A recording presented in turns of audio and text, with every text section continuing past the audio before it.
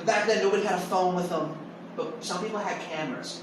People came in, they tried to photograph them, and their batteries would die, the cameras wouldn't work right. It happened to enough people to kind of snowball this idea. You're supposed to ask him permission for a picture. The museum, the employees thought that would be like a good marketing strategy for Robert. Like draw people in, have them come and see him. So they took that and ran with it. And they still do. They still tell people to do it. It's up on the wall back there behind them.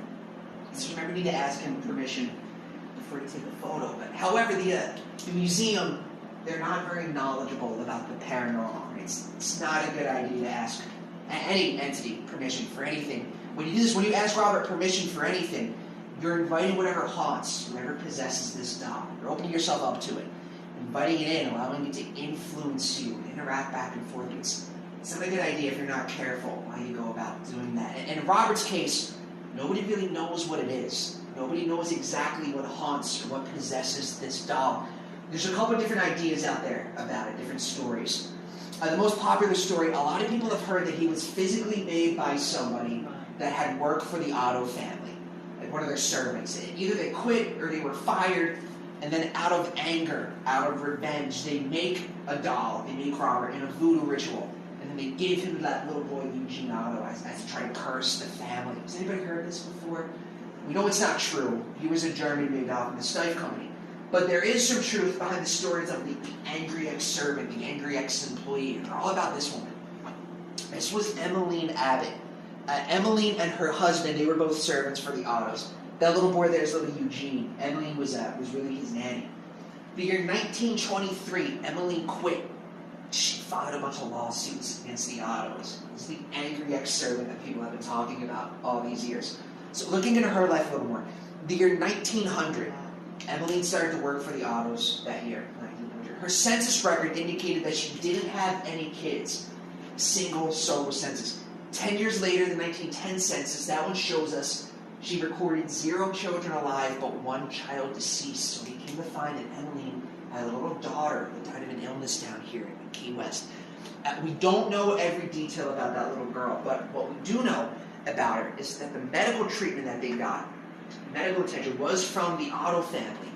The father of the family, Thomas was a doctor, and he saw his patients in their family home. More than likely, Emmeline took her sick daughter, brought her to Thomas Otto for help. That little girl probably died in his house, the same house where the little boy lived, where the little boy had Robert. We believe that this little girl's spirit, Emmeline's daughter, her soul, her ghost, it latched itself onto Robert, manifested itself in this doll, and that's what it can be. A lot of people believe him to be haunted by a little girl.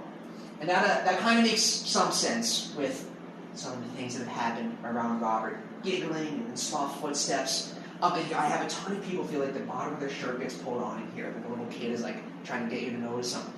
It would explain why Myrtle Rooter felt the presence of a child when she found Robert. It would explain why little Eugene Otto was so fond of him. He had like a little buddy in there.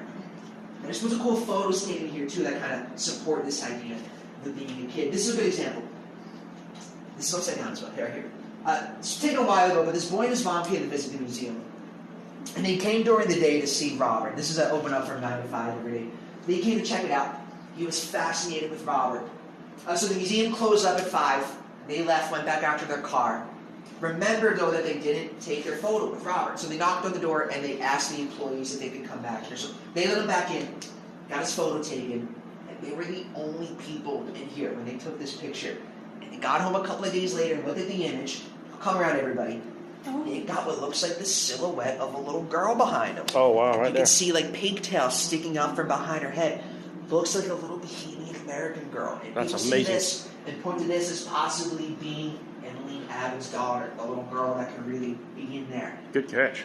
But if that's the case, right, if it's really just this little girl that haunts Robert, why have all these crazy things have happened over the years, right? His curse is nasty. People blame him for death and illness. Strings of bad luck. Why would a little girl leave here and continue to mess with you, follow you home, and give you issues? There's another idea as to what's inside this doll here.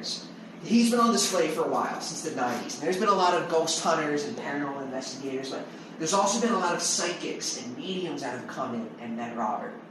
And when they get in here, when they're in the room around this doll, they feel the presence multiple entities coming through, using Robert to come through this side.